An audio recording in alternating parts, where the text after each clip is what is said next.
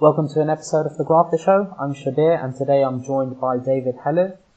David, do you want to actually introduce yourself and tell us the great things that you're doing at the moment?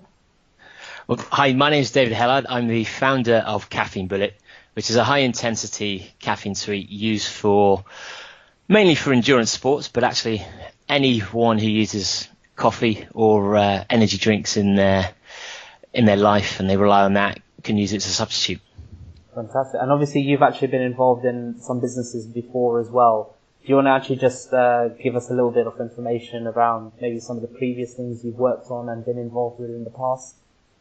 Yeah, and in terms of full-scale companies, the last one I worked was something called Zipcube.com, still going now, so hopefully you've heard of it. But if not, it started out as an equivalent to Airbnb, but for meeting rooms, where any company could list their venue and make money from it, and you could then go and find venues across Europe.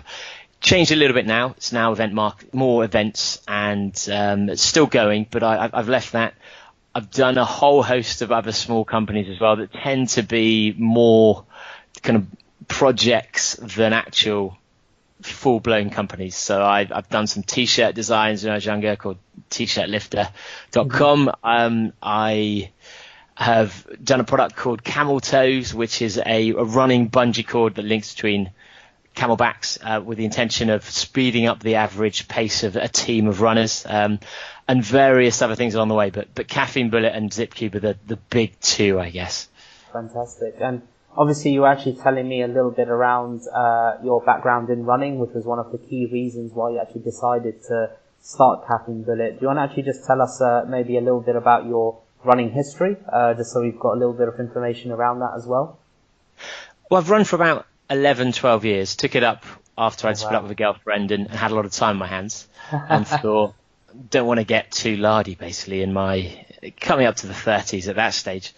Then since then I've raced obstacle racing with a team called Innovate OCR. I do a lot of ultras and marathons around the world. So I've raced a marathon in Afghanistan, for example. I'm Somaliland marathon champion, and I also put on a lot of my own events. So the Great British Beerathon and King of the Spill, events along those lines, under the guise of Beer Belly Running, right for running magazines, Runner's World, Men's Running, Trail Running Magazine, and a few others. And I'm now in a stage where I generate stories for the Bad Boy Running podcast, which is a podcast related loosely to running. And that's my main passion in life, I guess. And I have to ask, actually, are you doing a full-time job as well as all of this, or is this your full-time? Well, the hope is that Caffeine Bullet will become full-time, and that will be my salary. It's not at the moment, but it's got most of my attention. It's just a case we've launched 4 months ago, and building up enough that I feel I can take a salary out of it. But no, I've not really been full-time salaried for about 3 years now, which is a bit stressful. But you quickly get used to not buying things, actually. So it's going to be really strange when I do finally get a salary, because you just view the world very differently. Yeah, I can imagine. I think that's a really good place to actually start with, and let's actually just dive a little bit more into that. So, do you want to just tell us a little bit about your experiences of maybe going from a full-time salary to then suddenly not having a full-time salary, and what was that experience like from a mental perspective, but then also, like you were mentioning, from a practical perspective? You've had to just stop, buying as many things as you normally would, and I'm sure there were probably other lifestyle changes that you also made.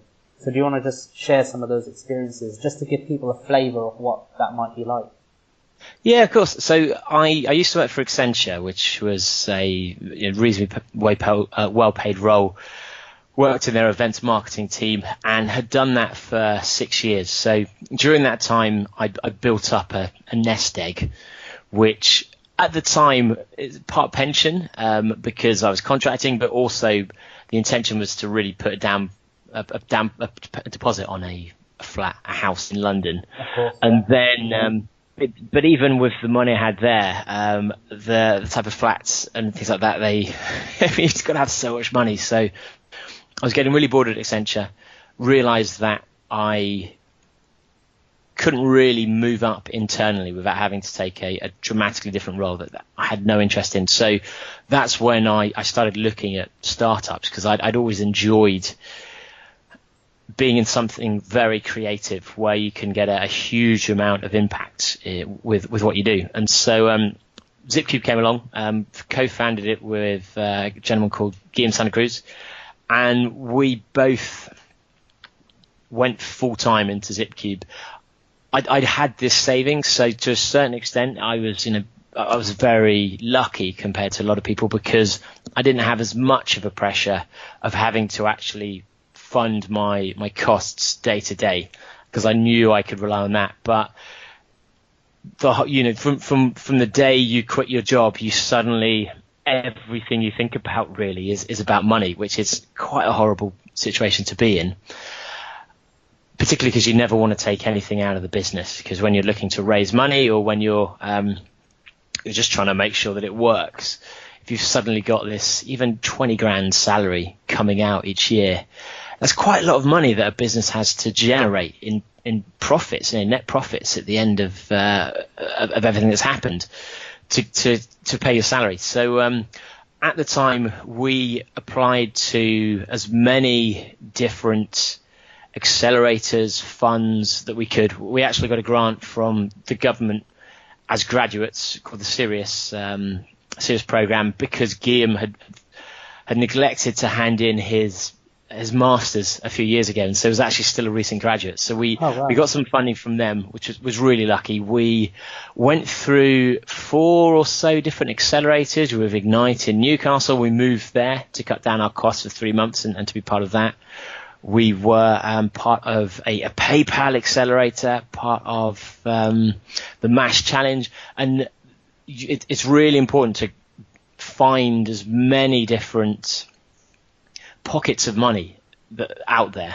There probably aren't as many as there were, but startups are still incredibly trendy. You get a huge number of corporates who want to get involved and who are looking to be seen as helping the business community. So if you look, you can often find there is money there, not for you to live off, but certainly to push into your company if you go looking. Yeah. Okay, so sounds like you really had to push yourself in order to get the finances in place, and that was obviously one of the main challenges.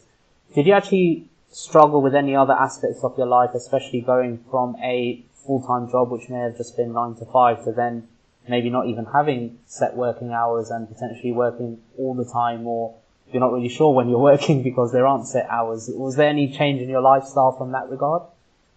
Yeah, I mean, that's one of the hardest things actually, is how to self-motivate. You think it's going to be incredibly easy because you no longer have anyone holding you back, and you haven't got your boss trying to get you to do things that you ultimately don't want to do, or you feel surely if you've got everything in your own hands, then it's just going to be full steam ahead. But the reality is it's extremely hard to even create work environments where you feel you can be productive the whole time.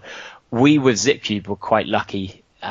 We didn't realize it at the time, but we had to, for the funding, move to Newcastle, which as 2 people based in London, we were quite hesitant to do it because a lot of our clients were going to be in London. It is the biggest city in Europe financially.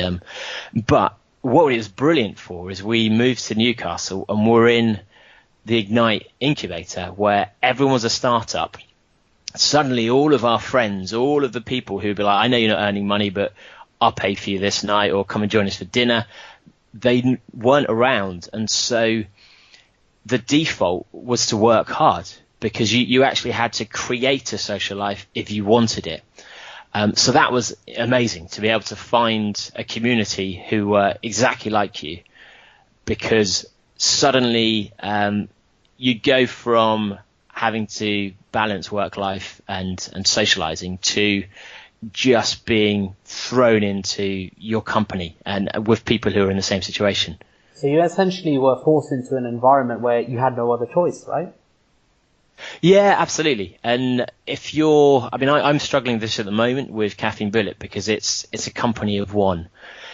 So you go a bit stir crazy, and it's hard to stay focused on what's important in the business, because you're not having a regular meeting where you're checking off these the goals. And I'm sat at home now, or stood at home now, and it's very easy to be like, I'll just make a smoothie, and then you put your washing on, and all these things that they're useful to your life, but you're so easily distracted to being sat in an office, which has its other challenges. But I would recommend to people, if you can afford it, definitely try and find a startup hub, or at least some co-working space that you can shut yourself off from your daily life in. And now one of our big things with Caffeine Bullet is creating very good content, relevant blogs about caffeine and how it affects either your daily life or how it affects training and sport. And when I'm writing these blogs, it can take me 6 hours, but now I've learned that when that's on, there's no music on, there's no phone, I'm not connected to the internet unless it's for researching the scientific papers linked to it, because it's so easy to be distracted by everything in your world. And so just being realistic with yourself and realizing what it is that is going to stop you being efficient, and trying to actually set up specific rules or your workstation or your life so that you can block those out. So what actually motivates you on a daily basis to just keep going, especially given some of the challenges that you actually just described, that sometimes it might be so easy to get distracted by daily tasks even? Yeah, I'm not 100% sure, to be honest. I think that's one of the struggles with being by yourself, is that if things are going badly, that you have to generate the energy to pull yourself up. But on the plus side, if things are going great, there's no one to drag you down. I'm not someone who's really driven by things or by earning millions and millions of pounds. For me, I just find things exciting and fun. And so I've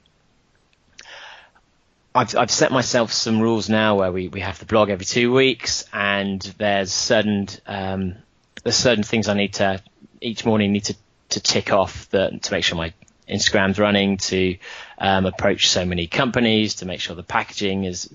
And so you've really got to be you've got to set yourself your own targets, even if they seem pointless. Because with new businesses, you don't necessarily know how much work is required to achieve certain goals. And so you've just got to try and set yourself work plans until you know your business better, and you can actually say, right, I now know I need to generate this much money, or I now know I need to see this many customers. But my motivation partly comes through fear of failure, not wanting to go back to corporate, which I wouldn't mind actually, but it's more a fear of what I'd go back as. I've been 3-4 years working as a team of 1 to 5, 6, 7. I think we got to maybe 10 people at Zipcube.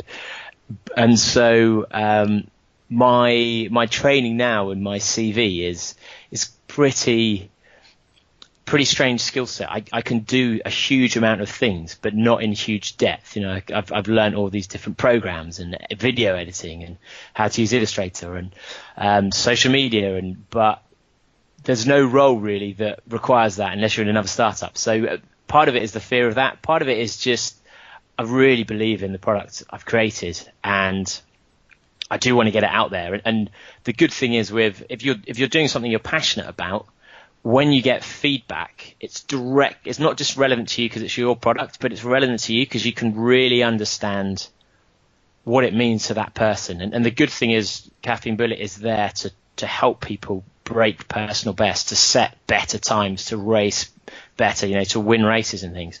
And so it's so good when you get feedback from people, because knowing that someone has suddenly smashed a PB they haven't beaten in 10 years, you've had that feeling yourself, and you're related when it happens to you. And so it's very easy to then empathize with the joy they're going through. And then that's fantastic when you can get feedback like that. Yeah, and you actually mentioned you do certain tasks and activities. Do you actually set up a daily routine for yourself with certain things that you want to get done every day? Or is it very much let me take every day as it comes? I probably should be better with myself than I am. The one thing that I have to do each day is deliveries, because we get sales through the website and obviously need to drop those off at the post office, which is, it's not that much work, but it's an annoying amount of work for something which it's not growing your business, it's just delivering on the success your business had so far as such. So that's always in the calendar. Getting my Instagrams out, Instagram posts, and then the blog is always in the calendar.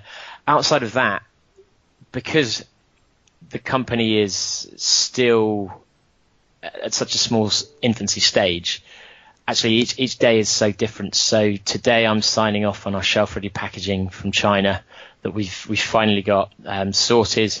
I'm in contact with someone else about trying to substitute egg white powder for a vegan alternative, and whether that's possible. I've been talking to someone else about how you can whip sweets so that they're not as hard and they're softer. And then I'm also promoting the last week's blog in various Facebook groups, answering people's questions, and recording a podcast. So it's no job is, well, very few jobs are the same every day once you get into startups, and so it is easy to lose yourself in what you're doing, and I probably need to be more ruthless and thorough with setting defined objectives and targets, because you can always be working, but it doesn't mean that you're necessarily doing the right thing. Yeah, that's very true.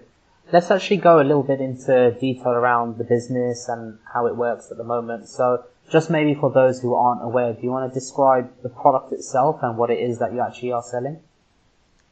Yeah, so Caffeine Bullet it's like a minty chew. It tastes like a Murray mint, and it's got the same caffeine in as a strong cup of coffee. So it's got more than a Red Bull, and the whole intention is, when I was a racer, I am a racer, but whenever I've been running, most people use caffeine gels or just use gels for their fueling. And gels are something which, some of them can taste wonderful for a while, but by the time you get to the end of a long race, they're sickly, they're horrible, but also I wasn't necessarily wanting to have a gel when I was needing caffeine, because you tend to have caffeine at the end of the race because that gives you your final kick. It picks you back up when you're starting to tire. So I was always frustrated with either having to cut out little tabs of Pro Plus, which sometimes I lost on races, or you just pinged it and it popped out, and suddenly you're then basically you've lost your paddle when you're up the creek. So created Caffeine Bullet, and I use it when I race. I use it when sometimes I'm on a long run and tired, sometimes when I just can't be bothered to do training, and it gives me a huge rush, and because you chew it, it's actually absorbed through your cheeks rather than through your stomach, so it kind of hits you harder, hits you quicker. In terms of the product, probably what's quite useful for people is I went into it having never been involved in manufacturing at all. I didn't know anything about the process. I didn't know anyone in it. I've never really created a product other than kind of some joke ones I've done. But actually, it was quite simple in some ways. Went onto LinkedIn, looked up food nutritionists, found someone who had food nutrition in their title and said, "Hey, can you help me do this?" And they referred me to someone else who said yes. And then they knew a factory. I had some friends come along and help me with the design, and then kickstarted it. And so actually, if you think about how far you are from creating a product and how big a jump it seems, you don't really need to have the skills yourself to be able to do most things in business. You can just ask friends or just get on LinkedIn and ask people. And it did help that I had a little bit of money to help with the creating the suite itself, but Kickstarter's there for that reason. If you've got a good idea, there's nothing stopping you now. Mm-hmm. Okay. And you actually earlier mentioned that you actually go and drop off the deliveries to the post office yourself. Do you want to just talk a little bit around the logistics side? Was that all new for you, or had you done some of that before? And how is all of that going? Yeah, I think, well, because I did maths and computing as a student, so I'm very logical based, and also everything I think of, I think I'm ultimately a lazy person, so I try and think of how can I do this quicker or be the most efficient. And actually creating labels and addresses and then packaging everything, it can be very time consuming, and also one of those jobs that you can get wrong quite easily because you're just not concentrating. So I've set up quite a few processes now where I download each day all of the addresses and names. I then have created a macro, because even going to the post office, you're meant to queue up and then with each parcel type in the postcode and weigh it and get the stamp. I mean, it is a horrific system. You can do drop and go, but even that, and that's what we do, but even with that, you have to write out by hand the postcodes, the what you want the parcel to be, so the weight of it. And so I've automated all of that into an Excel macro. So I download the data, press the macro, and then it filters it. Sorry, it filters it, it sorts it, it automatically transfers the weight into a postage value. And so now I can then just print off all my labels, which has what's in each parcel. I do the packaging at night, where I'll just sit in front of the TV and do my 4-packs and make 50 of them. I'll do my 1-packs and make 50 of them, so that when I then go to deliveries, I just stick the layer on it rather than having to make each one individually. Because I think with any processes, if you can bulk all of your tasks so that you're not having to handwrite one time, you just do it all at once. But the thing I think we've done really well with our processes is I've thought really in depth about what is it that makes a customer come back and what is it that makes a customer happy. So all of our labels have silly things on them. Instead of just saying David Hellard, they say future Olympian David Hellard or the heroic David Hellard, so that when they receive that, they look at their address and they smile and they're like, oh great, I'm looking forward to opening this. But also they're likely to post on Instagram, on Facebook, on Twitter, hey, I'm a hero, or I'm going to be an Olympian. So it helps create your marketing. Then if people trial one of our packs, we send them a discount code that if they use it in the next 10 days, they can save a fair bit, because the whole intention is for people, we want people to try it because we believe in the product, but then once they've tried it, we want people to come into the habit of using it regularly. So we're not happy with them having having one sale, we want them to start using it. And then we also include a little flyer, which is quite silly and funny, asking them to become ambassadors for the brand, where if they like it enough, they can then receive a discount, they can earn free product from their friends using their discount code. And so hopefully each person goes through this process where they've gone from trying the product for free, because some of them I'm running around to 500 houses hand delivering free products to people as part of a marketing campaign. But we have also been doing some free product sampling where they just pay postage and packaging so that people can actually try it. And then we've thought about every step of the journey, so that we've taken them from they see this Facebook post or we see this Instagram post, how do we turn them into being our biggest customer?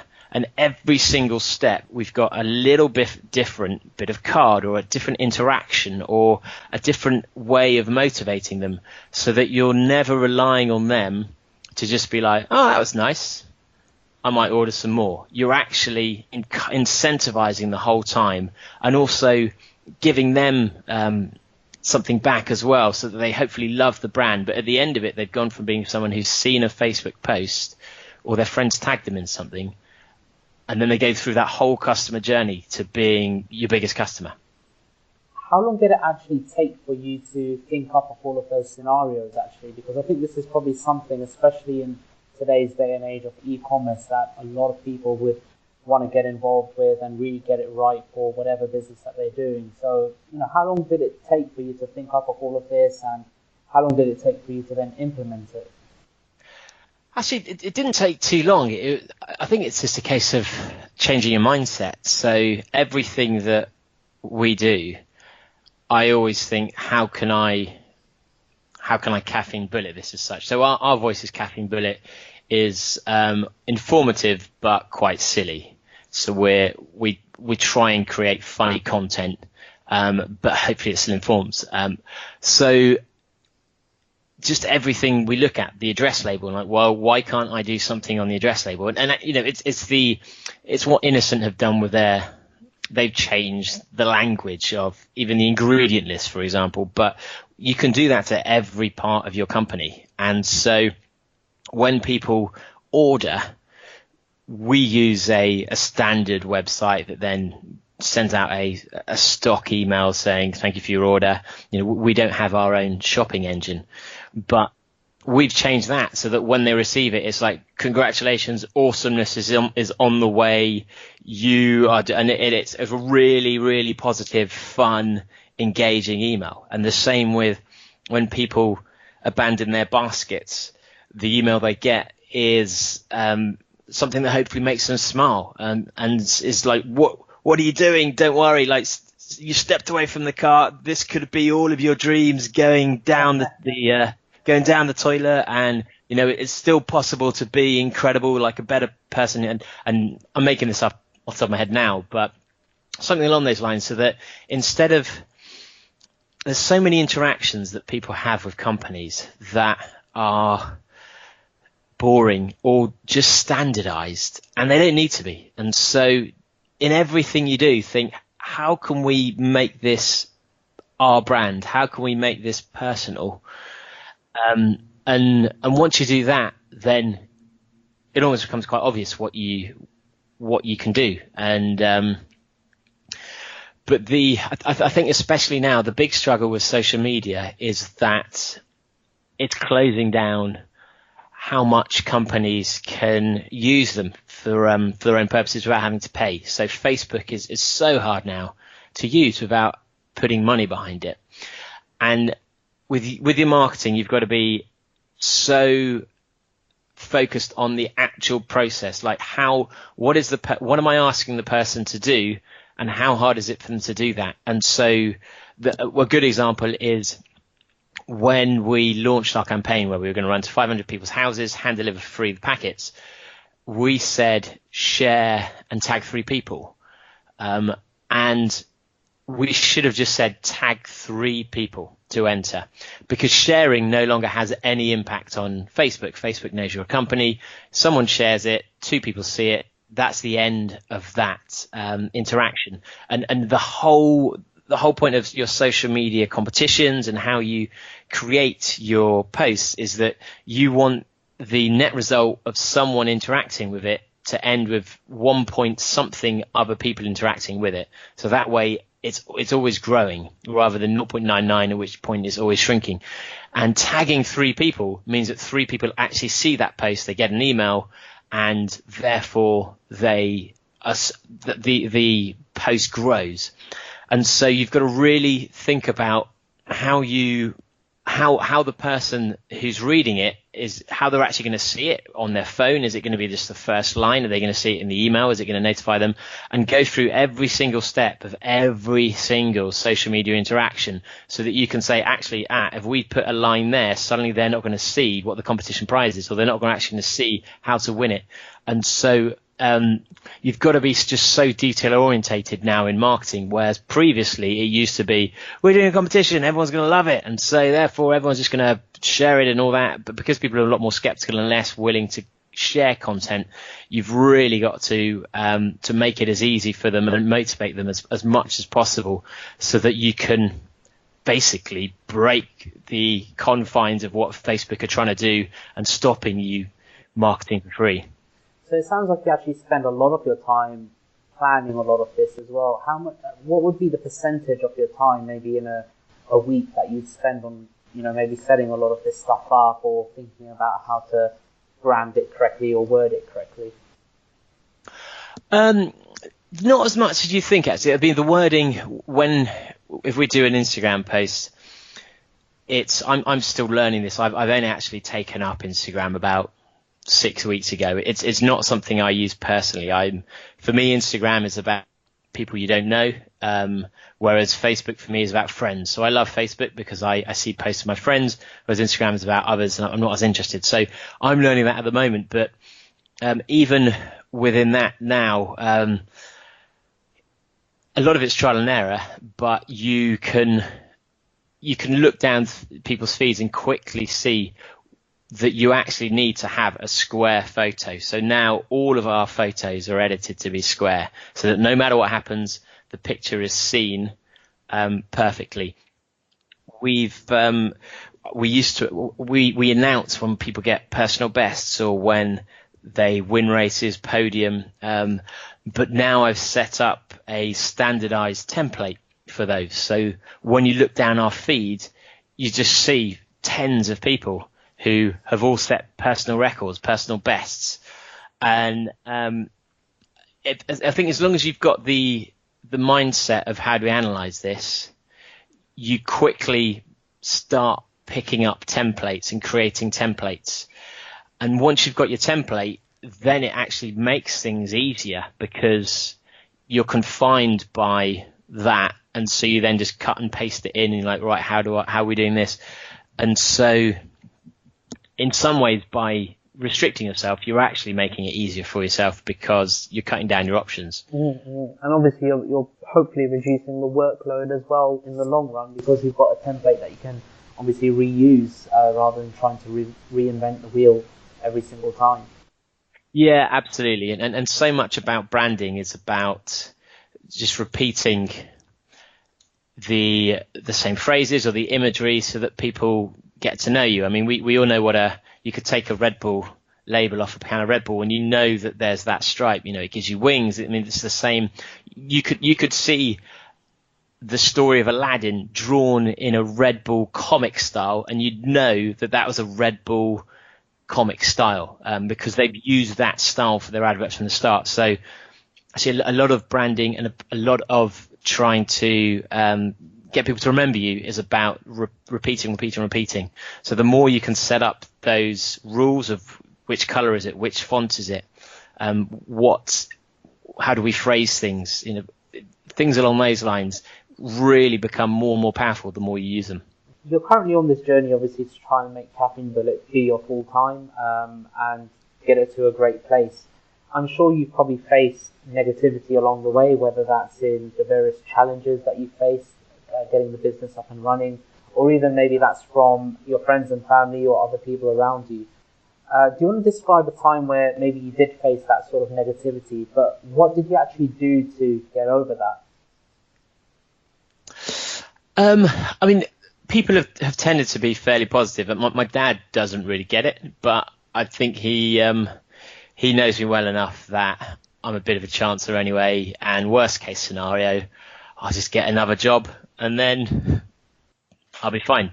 I think actually the harder thing, rather than just direct negativity, because I've been trying to grow the brand through baby steps. So I haven't gone up to Tesco and said, hey, do you want to stock this? Because I know I haven't got the brand identity, I haven't got the following, anything along those lines, or even the supply chain infrastructure, so that if they said yes, that I'd actually be able to fulfill. I think it would be suicide. But it's more not the no's or the criticism.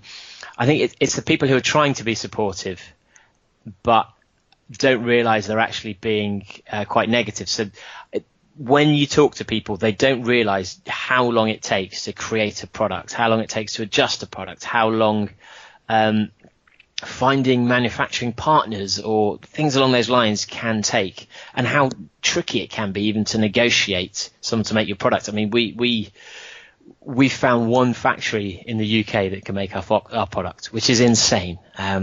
There should be, you'd have thought there'd be hundreds. It's a suite essentially, but we've only found one.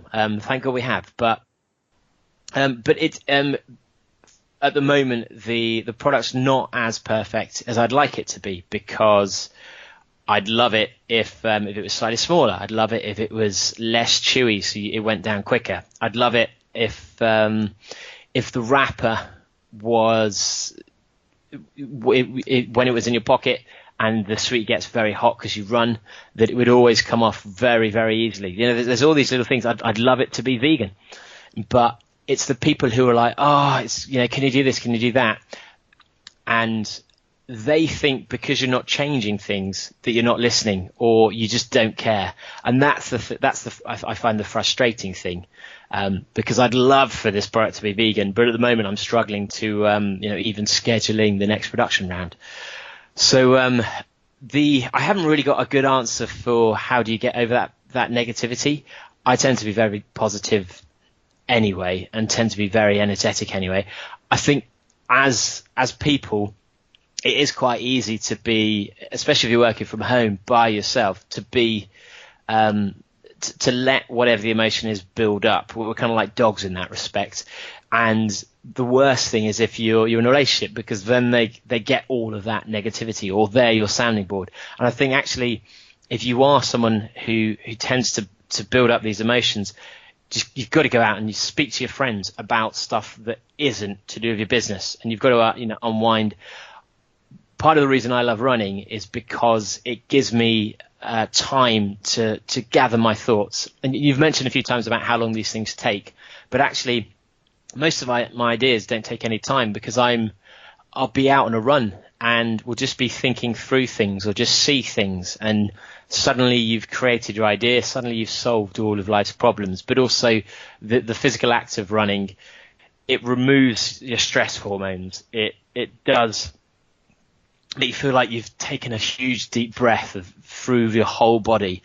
And so I find that really helps. But I think for people, if you're isolated, the most important thing is to be able to feel like you're a normal human being, that you can escape your company sometimes, because it can be very easy to just fall into a deep, dark, black hole.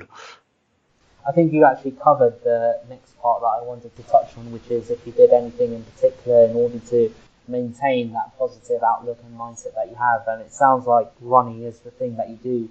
Outside of running, though, do you do anything else? Maybe some sort of meditation, reading, or any other activities? It's probably not the right one to say, but I love drinking. And there are some people in my life who just give me great joy when I'm with them. And I just love being with those people. And so there's nothing to renew your faith in life or the world than having great fun with your friends. And in fact, I'm quite blessed in that, partly through having done so much of sports and the interaction that's brought. I know a lot of people who just seem to be very driven, very positive. And so, hanging out with them, Claire and I, we love stand-up comedy. So we quite often go and see stand-up comedy as well. And we just love anything that's surprising or different. So if you're Londoners, you probably know things like the Ginger Line or Secret Cinema or Drop, what's it called? Dead Drop games, anything along those lines. We just love going out and going to places where they're being creative and you don't know what to expect, and you're being confounded by what they've done. And I think if you can go to experiences like that, that inspires you as well, because you think it gives you ideas of what you can do. I'm going to put you on the spot then. Your top 3 comedians. Top 3 comedians. Ooh, so at the moment, James Acaster, my favourite by far. I think he's absolutely killing it. His last Netflix series was unbelievable. After James Acaster, it really depends on what for and whether you count them as comedians. I think Charlie Brooker's amazing. If any of his TV shows, absolutely love. He's not really a stand-up comedian as such, but in the past, loved people like Richard Herring for their shows. But Daniel Kitson, actually, of course, Daniel Kitson's number 2. If you're not in London or Edinburgh, he's impossible to see. He doesn't do TV. He doesn't do radio. We go and see his £5 shows where he's got no material. He just creates it each night. And he's just so naturally funny and clever and engaging. Just someone who, you you really feel like it's been a privilege to be there. Okay, great. I just wanted to ask that because I was curious. That gives me a few stand-up comedians to check out afterwards, and I've got a bit of spare time, so that's great.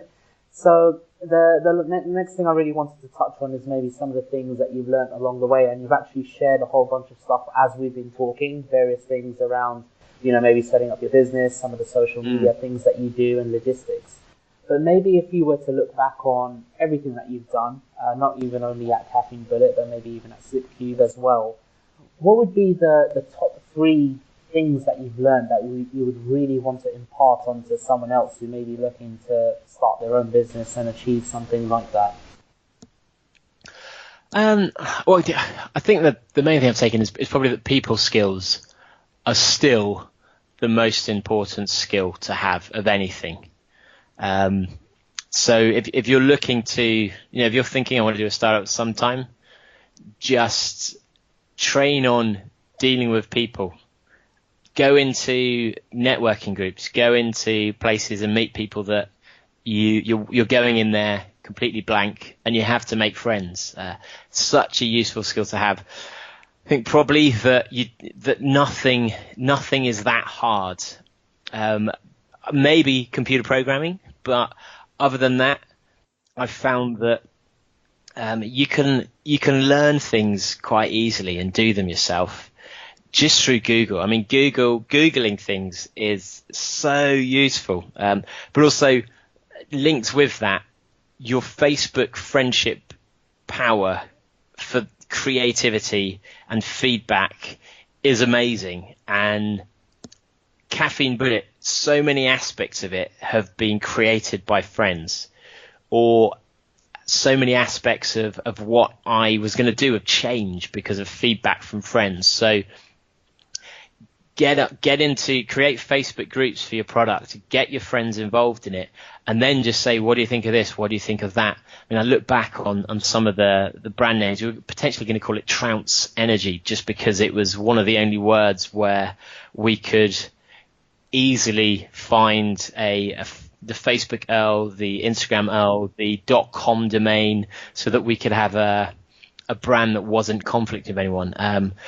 So that's a huge aspect as well. And if I was to go right back to when I was younger, is just start trying things, because I think most people they see people in offices and big companies as one type of person, and they see startup and entrepreneurs. The fact we call people entrepreneurs as if it's a completely different label, they're a different type of person, and you have to be one or the other.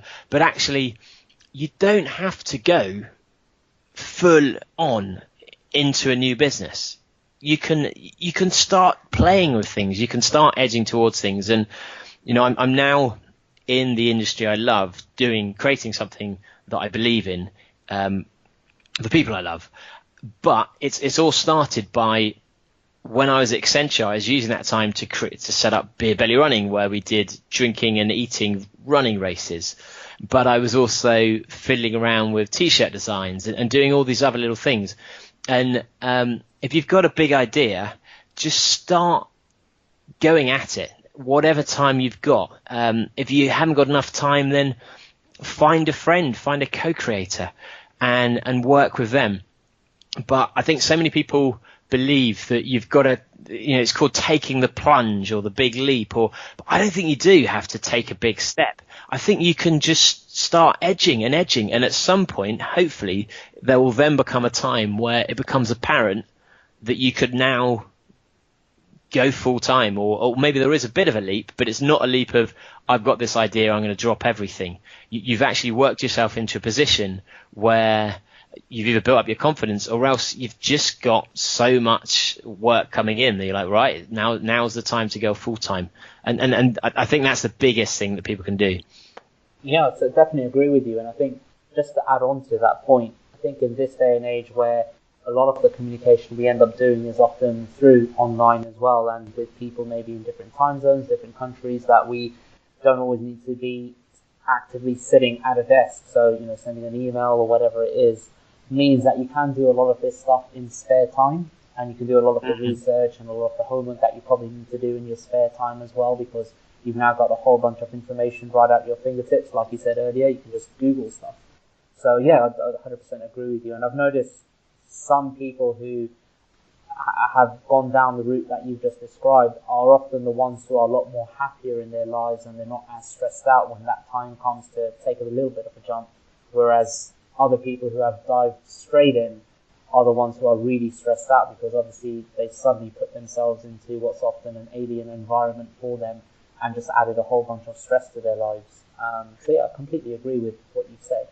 Now, and I think as well, if you're following your passion, which, you know, we've all had jobs which are dreadful, but just if you start following your passion, then you're actually, by having fun, you are working, you're researching, you're networking.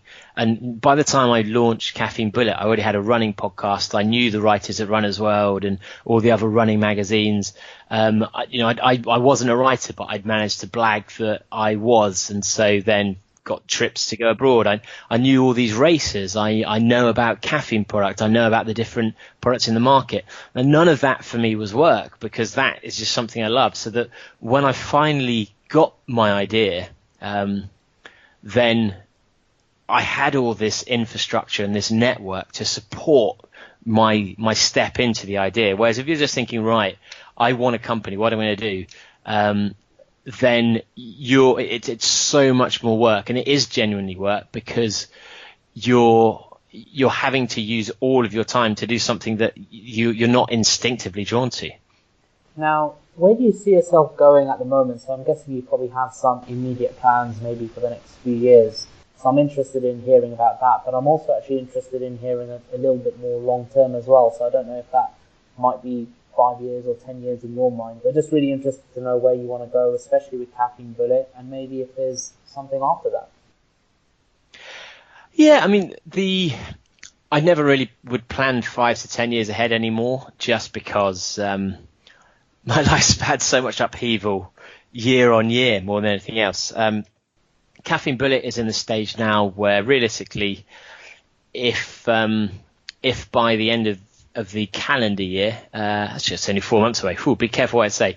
But we'd set ourselves, Claire and I, a target of, look, I can't be working from home the whole time and just essentially sacrificing both our lives towards this. But in the next 6 months, if it's not big enough to cover my salary, then it's something I'm either going to probably sell or just do part-time and get a proper job. I think it will do now, because we're growing and the barriers to actually now being sold in a lot of shops have gone. The plan will be to just stick with Caffeine Bullet for the next 2 or 3 years. There might be some slight product innovations, maybe a different flavor, but actually I'm not wanting to do huge numbers of products and brands, because I think Caffeine Bullet, it's better that it's cheaper than a coffee, it's more convenient, you get 4 in a pack. It's better than energy drinks because it's lower calories, it's not full of all the crap that they are. And so realistically, the market we can go after is absolutely massive. We've got truck drivers using it, tired mothers, students, we've got clubbers, all of these areas could be using Caffeine Bullet. And so the plan is just to grow the brand and to stick to that core product and just try and get it everywhere. If that doesn't work out, then not really sure what I'll do. I think I'll just get a normal job in the sports industry for a while, in marketing or management or similar. Potentially, with the Bad Boy Running podcast going well, there are avenues for us with the BBC and creating content for them. So that's something else that could happen. But I think I'll always be doing startups of sorts, or I like to. I'm energetic. I have ideas. I always like to be trying those ideas. So I'll always have a venture, I'm sure. But I'm someone who is quite happy with their life. I love my friends. I love my fiance. I love Brixton where I live. I love running. I love what I'm doing. And I'm not one of those entrepreneurs who has to be doing a startup because they can't work from anyone else, I'd quite happily go and work for a big company for a big salary for a while, I think, and just really charge the bank coffers, and then play it by ear after that. Are there any final closing remarks that you want to share? Not really. Just if if there's anything I've said that you need clarification on, or anything you need help with, or just get in touch. I'm David Hellard on Facebook.